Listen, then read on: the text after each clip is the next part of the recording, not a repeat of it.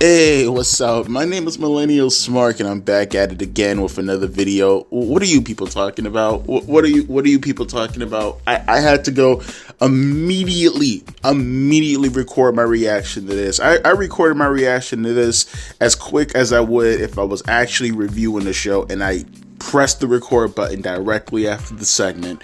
What are you people talking about? So I went out of my way to go watch the Toni Storm, timeless Toni Storm, return last night from Collision, because I've seen so many AEW fans buzzing about it, and I'm thinking to myself, oh, okay, this must be something that was really good, something that was really cool, because it's already stupid. Why would you bring back timeless Toni Storm on a random episode of Collision that no one's gonna watch?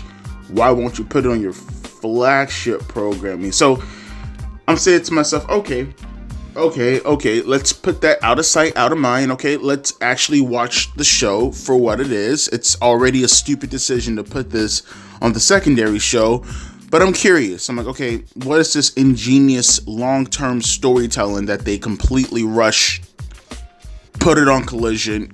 What is it, right?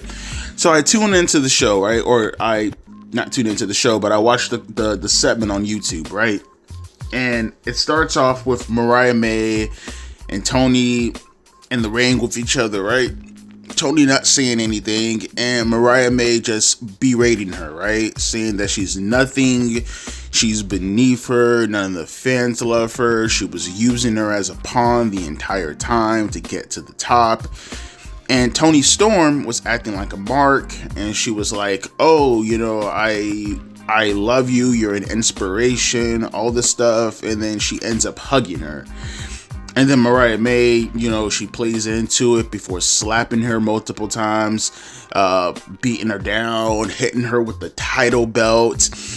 And then eventually the security guards start coming in the ring and stopping her for beating the crap out of her. And then she spits on her, and then she walks away. And then you hear someone pick up the microphone, and it's Toni Storm, right? She says, "What makes you think I forgot?"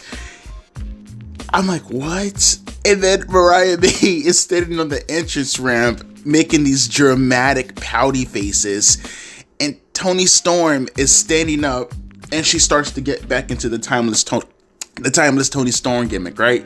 She's stripping off her clothes. By the way, she is so bad. I mean, not bad in the sense of this. No, this was bad in its own right, but I mean, like, Toni Storm is so motherfucking fine. I cannot stress this enough. If there was anything good about this segment, dude, Toni Storm is so goddamn fine. She is so bad. She is so bad. Those thighs, thick thighs, tell no lies. Oh my gosh, she's so fine.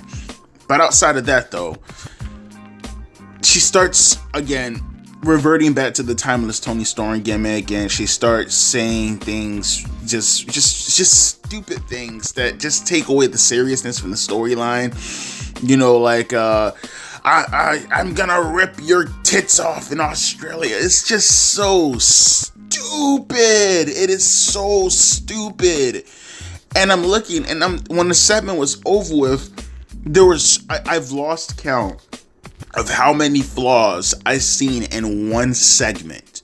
Like, we'll get to the other part in a minute that I want to discuss, but let's just discuss this segment in itself as far as the stupidity behind it. So as I said before, it was already dumb enough that you're doing all of this on Collision of all places. That was already stupid, right? Take that out of the equation, right? You mean to tell me that your plan, Toni Storm, like kayfabe now, right? your plan was to pretend to have amnesia, right? Okay, cool. That's fine. I like that. You want to play psychological games. That's cool. I get it. I understand it, right? I admittedly didn't understand the gimmick at first. I now get it. You want to have amnesia to have Mariah May play into your hands. So when you catch her slipping, you want to attack her, right? So now you have her in the palm of your hands. You're the number one contender. You now have her in the ring. She's calling you all these names. Two things should have occurred as far as the story is considered. If you wanted to play this out a little bit longer, maybe even to, Revolution even, maybe Toni Storm should have not won the match or whatever the case may be to get her the number one contender shot in order to take on Mariah May. But I get it. It's Australia, so put that out of sight, out of mind. Either A, you have the match in Australia, and then you transform into Timeless Toni Storm in the match in itself, because that will be the common sense approach. You make her think the entire time you're a jobber who doesn't know anything, who's new to this, and then you transform in the match in Australia. So A, from a storytelling standpoint, it's logical. She legitimately fell right into your trap, and you get the humongous pop in Australia because it's Toni Storm's hometown. Okay. Or if you so badly want to do this short term, right? You want to just jump directly into it. You have to do it on Collision, right? You just desperately have to do it on Collision. Then when Toni Storm went in for the hug, Mariah May should have pushed off. Toni should have hanged on. Mariah should have pushed off even stronger. Toni should have hung on even stronger. And then Toni should have fucking belly to bellied her. Toni should have fucking Northern Light suplexed her from that position. Toni could have done whatever she wanted to do to Mariah May at that point in time. Instead, you have Mariah May push Toni off, right? You have Mariah May beat the dog shit out of Toni, right? You have all these things occur for Toni to reveal her master plan was to act like a retard, essentially, because that's what it is. You didn't get your revenge. Nothing substantial came out of this. What the fuck are you talking about? Nothing substantial came out of this at all. You got a weak ass pop on a show that no one watches, and your character looks stupid as shit. The Toni Storm character looks stupid as shit. Why is she doing all of this after Mariah May attacked her? So there's no going back to this. There's no going back to the point where she could have fell directly into your hands. Literally, she could have done all of this as the Toni Storm, the Timeless Toni Storm gimmick. Her pretending to have amnesia legitimately had no consequences at all. What, she made fucking Mariah May scared? Okay, in kayfabe, theoretically, now she knows that you're Timeless Toni Storm, she can actively prepare for Timeless Toni Storm. Whereas, if you actively did it in Australia, she'd be confused, wondering what the fuck is going on. Or, again, if Toni actually transformed at that moment, she would have caught you by surprise and beat the dog shit out of you right there, weakening you going into Australia. Which, hell, even that in itself could provide at least something for Mariah May, because she could say that she was ill prepared and she lost the match via that way.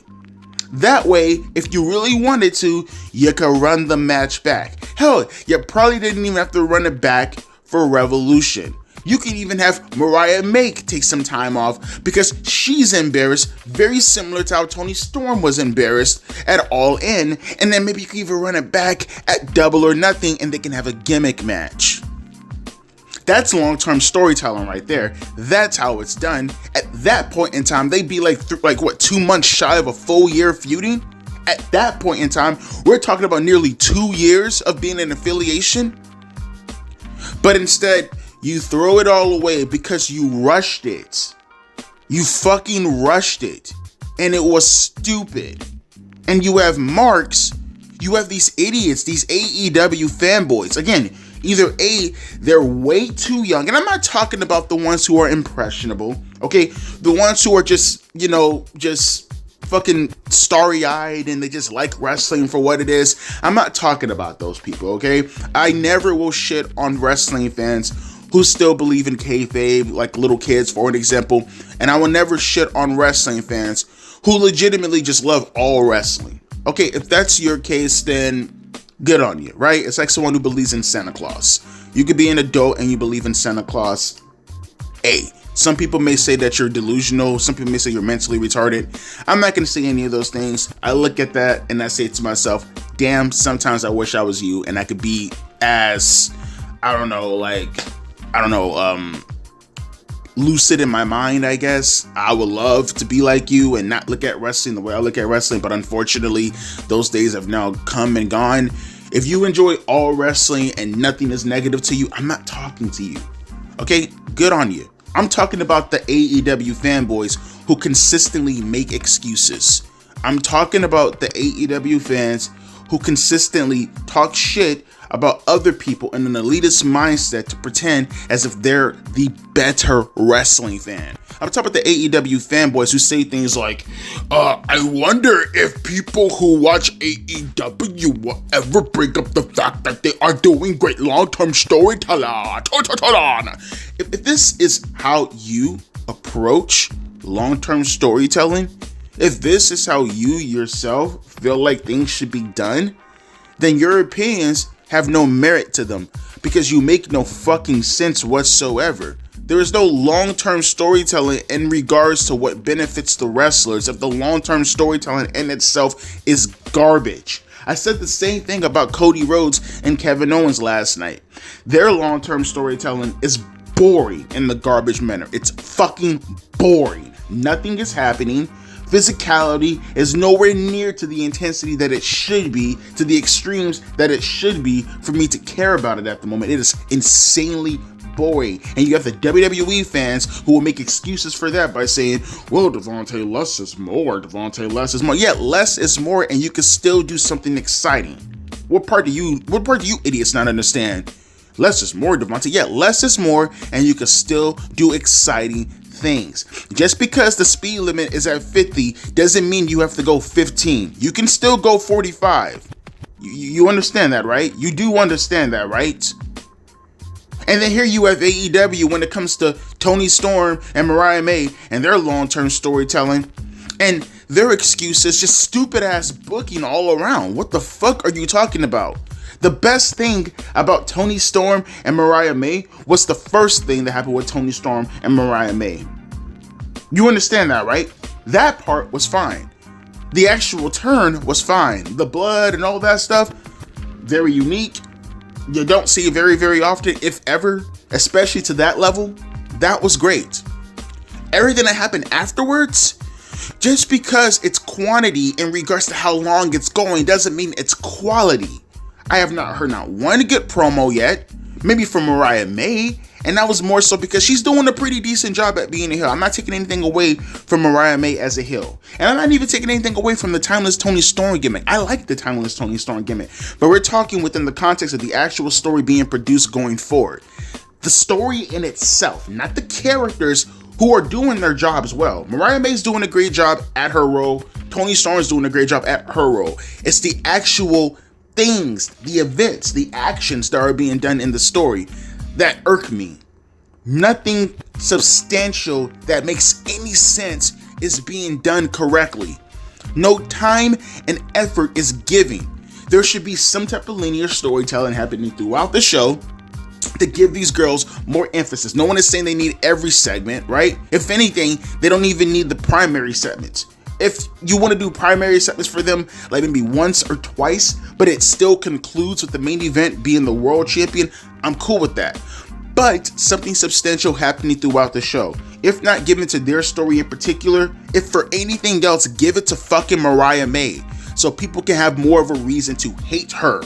You know how Triple H got over so easily as a heel? You know how people like Batista got over so easily as a babyface when he went up against a Triple H? It's because people fucking despise Triple H. It's because Triple H was an easily detestable person. How did he become an easily detestable person? Because he got time, because he got effort put behind him happening throughout the show for people to detest him. There was no focus on random fucking matches happening throughout the show and thinking to yourself that the matches in themselves are going to produce to the extent that it's going to carry over a story, carry throughout a story. There was no fucking illogical way of thinking like that, which takes away so much time from superstars who could use that to cultivate something in regards to helping out or progressing their characters. That's how Triple H got over. They gave him time, they gave him effort in order to get over as a heel, to be detestable as a heel. So when it came time for a face to go up against him, they wanted to see the face beat his ass. Mariah May doesn't have that. She does not have that. She is doing her best in the role to play a heel, but you're not giving her anything to work with as a heel. Does that make any sense? She has done nothing of anything progressing her past the point as to where she was to begin with. I hate her as much now as I did in the beginning, which is saying not a lot. Just because the storyline happens to be long doesn't mean it's right. Can you tell me? I'll let you guys tell me, please. Tell me. Outside of the beginning of the feud, when Toni got her ass beat with the Hell of the Shoe by Mariah May, tell me, outside of what just happened last night, and tell me, outside of All In, is there anything else memorable happening throughout the entire time they feuded? Which, by the way, was on and off the entire time. No coming back to the characters to at least remind people that, hey, they still hate each other. Maybe you did that once. Maybe you did that twice directly after Toni Storm. But essentially, you just rid her off TV, didn't bring her back for like 2 or 3 months, and then you continue something completely different. It's like stalling. It's stalling and saying that it's long-term storytelling. It's not. It's the same shit that happened with Hangman Adam Page and Kenny Omega. When it's that off and on, then it's stalling at a certain point. It is stalling. Okay? It's stalling. Notice, here's another example. Triple H, Shawn Michaels, they feuded for nearly exactly 2 years.